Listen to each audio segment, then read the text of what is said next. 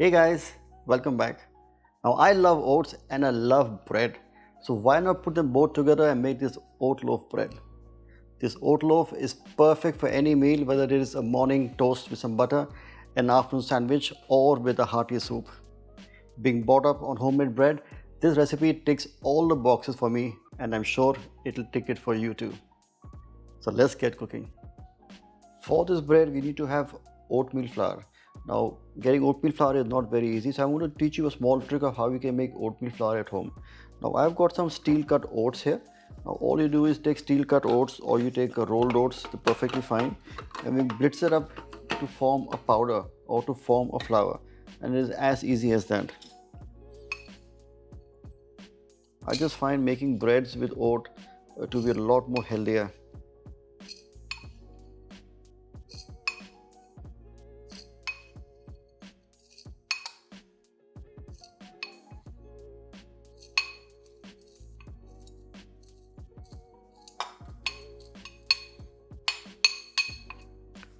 Never fill your blender right to the top.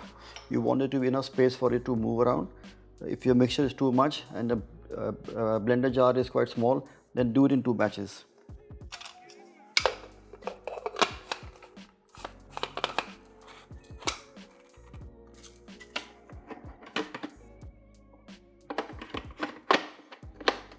There we are. So let's go.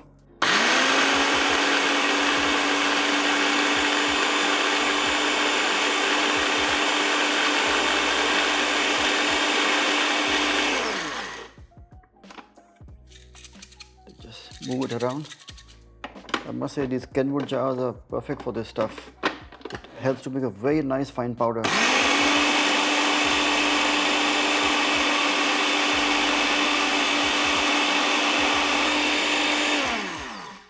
There we are.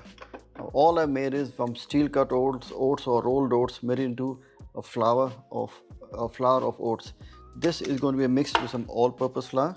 So let's get that organized. To start making the oatmeal bread, I'm going to first make the dough. So I'm using just plain water at room temperature. You can use milk if you like, or you can also use half quantity of milk, half quantity of water. Even that would work well. The recipe is very easy. It is 1 cup of rolled oats which you make into powder, 1 cup of flour and 1 cup of water. So you really can't go wrong. It's 1 1 1 and as easy as that. Now although I'm using plain flour, you can use whole wheat flour if you like. The choice is yours. Okay, the first thing to go in is going to be some yeast. Now there is a higher quantity of yeast in this. Is because I'm using oat, it needs to be a bit lighter, so I'm going to add some more yeast to it. Yeast will make it ferment and make the dough light and fluffy. Oats are quite heavy and dense, so you will need to add a little more yeast to it. Salt.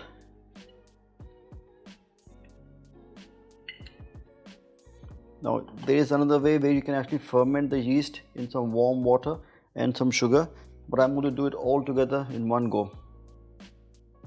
Sugar, and then just mix this together.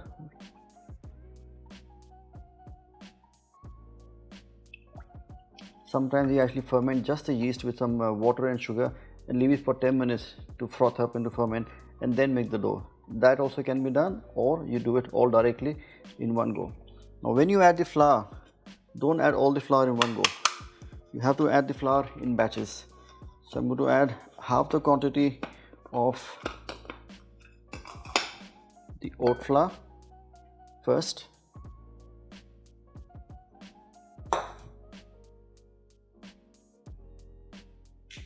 Half the quantity of plain flour. To mix this together, so make it more like a paste to start off, so in that way it's not going to be difficult at the end to make the dough, so you incorporate the flour quite easily.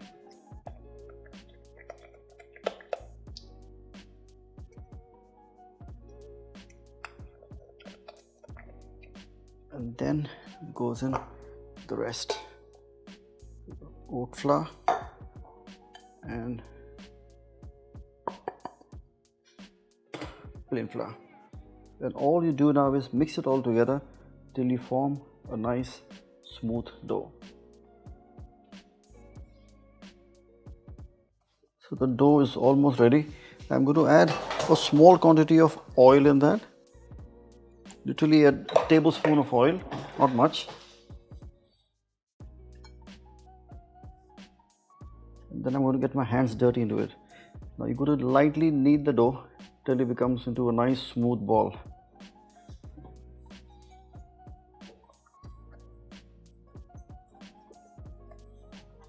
I'm going to get it off onto my workstation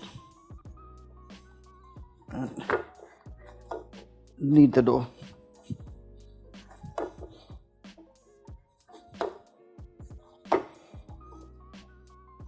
There you are. The dough is almost done. Now this dough is going to rest for at least 1 hour till it almost doubles in size. So if you remember, I had told you I'm going to add a little extra quantity of yeast. That yeast will react with the flour and the oatmeal flour, and this will almost double up in size, and then that goes into a loaf tin to bake. But before that goes in, I'm going to put a little oil.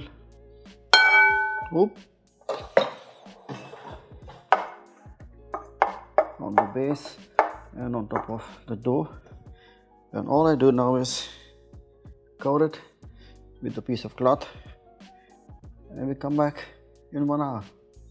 Okay, it's been an hour now. I've had my cup of tea and I've had my snack.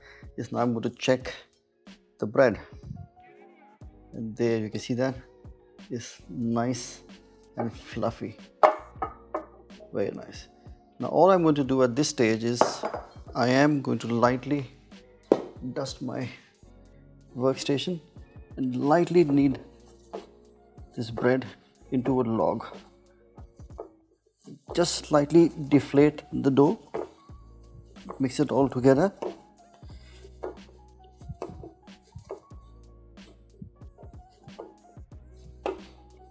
And I'm going to shape it like a log and then put it onto a loaf tin to rest for a while. So shape my bread loaf like a log. I'm going to put into a greased bread tin. So I'm going to lightly grease it. Make sure you grease on all the sides.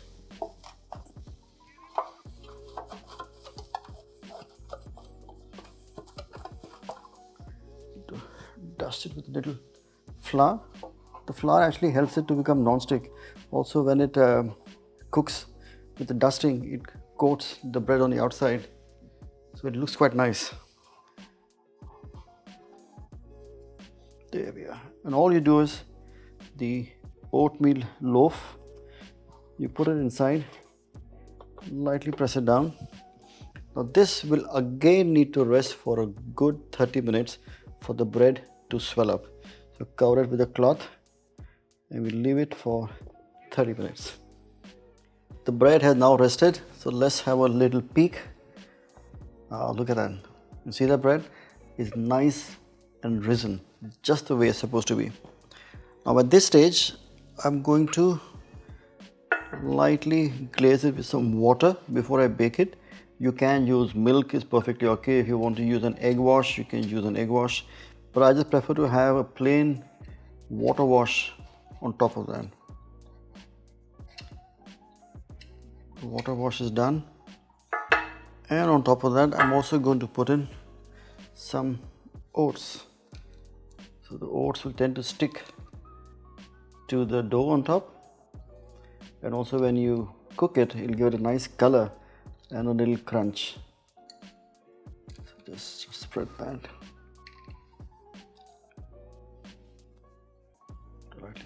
Lightly press it down. Now there's a tip I would like to give you here. When you're putting in the oven, this is going to go into a preheated oven at 180 degrees centigrade or 350 degrees Fahrenheit for approximately 25 minutes for the bread to cook. But what you must also do is take this small bowl of water and put it into your oven at the bottommost shelf. Now what that does is it creates steam inside the oven. It also helps the bread to cook well, and it gives a certain moisture to the bread. It doesn't make the bread too dry because there is water in the air.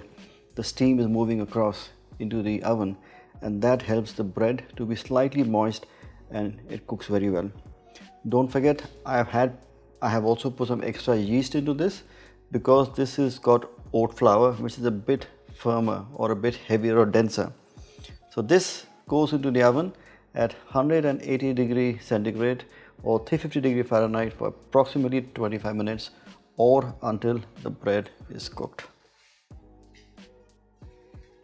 The bread is done and it smells absolutely divine. There's nothing better than fresh warm bread from the oven. It just fills the whole air of the kitchen with these lovely aromas. So the bread is out, and don't forget my bowl of water. I'm going to keep them on the side. Now, normally you would let that rest for around 8 to 10 minutes for it to cool down, and then you demold it. But I want to quickly demold the thing into my wire rack and just show you how it is done. Make sure you have a kitchen towel, and all you do is, look at that, it's all clean. Oh, the bread is hot. Oh, nice. As you can see, the bread has completely cooked. It's got golden edges on the side. It is still very hot. It is still cooking till the core. So I will let that rest on the wire rack for around 10 minutes, and then we're going to slice it to get the perfect bread slices. The bread has now cooled down. I am going to now slice the bread. So I've got my chopping board, and there goes the bread. Shall we? Let's have a look. There we are.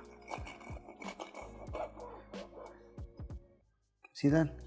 It's cutting perfectly well. And if you look at the bread, it's got a nice aeration. It's not heavy, it is quite light, which is quite good.